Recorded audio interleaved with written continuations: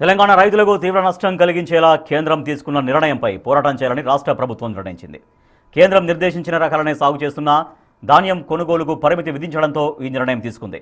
ఇందుకోసం తెలంగాణ నుంచి మంత్రుల కమిటీ కేంద్రానికి వెళ్లనుంది.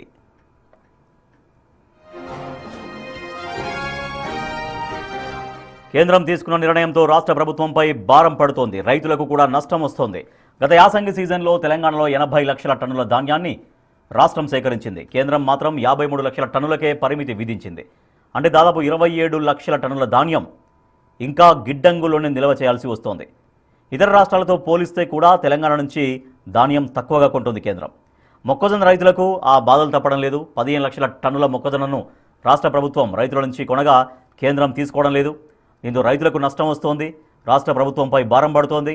అందుకే మంత్రుల కమిటీ ఢిల్లీకి వెళ్లి కేంద్రంపై ఒత్తిడి చేయబోతోంది.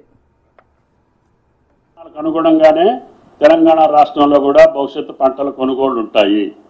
కాబట్టి దయచేసి గతంలో ఉన్నటువంటి రాజ్యాంగబద్ధమైనటువంటి బాధ్యత కేంద్ర ప్రభుత్వం విస్మరించి ఎంఎస్పి ప్రకటించి ఆ ఎంఎస్పి ప్రకటనకు అనుగుణంగా కేంద్ర ప్రభుత్వ సంస్థలైనటువంటి ఎఫ్సిఐ కావచ్చు, నాఫెడ్ కావచ్చు, అదేవిధంగా సిసిఐ కావచ్చు, పత్తికి, వరికి, అదేవిధంగా మిగతా పంటలకి 3 సంస్థలనే కేంద్ర ప్రభుత్వం ఎస్టాబ్లిష్ చేసింది. గతంలో పండించినటువంటి పంటల మొత్తాన్ని కూడా ఈ 3 సంస్థలు కొనుగోలు చేసాయి. రాష్ట్ర ప్రభుత్వాలు కేవలం ఫెసిలిటేట్ చేసి ప్రొక్యూర్ చేసి వాళ్ళకి అప్పచెప్పేటటువంటి బాధ్యత మాది.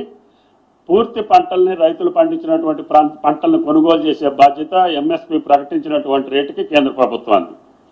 కానీ తెలంగాణ రాష్ట్రంలో పండినటువంటి పంటల్ని కేంద్ర ప్రభుత్వం ఏ పంట కూడా కొనుగోలు చేయకుండా కేవలం ఎంఎస్పి ప్రకటించి చేతులు దులుపుకొని ఆ భారాన్ని కూడా మన మీద వేస్తుంది. అందుకనే దాని మీద కూడా ఆయా శాఖ మంత్రుల మీద ఒత్తిడి తీసుకురావడం కోసం రాష్ట్ర ప్రభుత్వ పక్షాన అన్ని పక్షాల పార్లమెంటు సభ్యులతో పాటు మంత్రివర్గ సభ్యులు కూడా వెళ్ళి ఆయా శాఖ మంత్రుల మీద ఒత్తిడి తీసుకొచ్చి రాష్ట్ర ప్రభుత్వంలో పండినటువంటి పంటల యొక్క వివరాలు, మొక్కజొన్న మేము 15 లక్షల మెట్రిక్ టన్నులు కొన్నాం, మీరు ఒక గింజ కూడా కొనకపోతే మా రైతుల యొక్క పరిస్థితి ఏంటి? ఇన్ని వేల కోట్ల రూపాయలు రాష్ట్ర ప్రభుత్వం యొక్క భరాయించేటటువంటి పరిస్థితి ఒక చిన్న రాష్ట్రానికి, కొత్త రాష్ట్రానికి ఉంటుందా?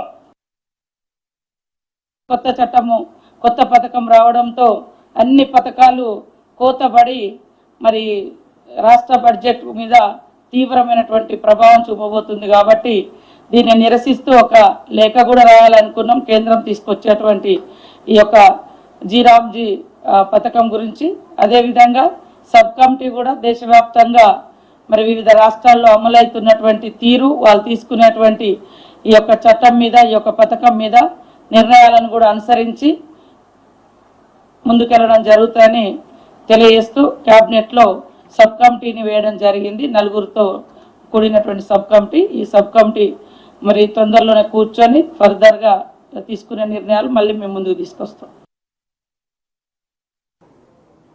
కేంద్రం వెంటనే ఎరువుల కోటాను విడుదల చేయాలని త్వరలోనే ఢిల్లీకి వెళ్లి మరోసారి విజ్ఞప్తి చేయాలని ఈరోజు నిర్ణయం తీసుకోవడం జరిగింది. మన రాష్ట్రంలో ఉన్న రామగుండం ఫర్టిలైజర్ కార్పొరేషన్ కంపెనీలో ఉత్పత్తి అవుతున్న యూరియాలో అత్యధిక కోటా మన రాష్ట్రానికే కేటాయించాలని డిమాండ్ చేస్తున్నాం.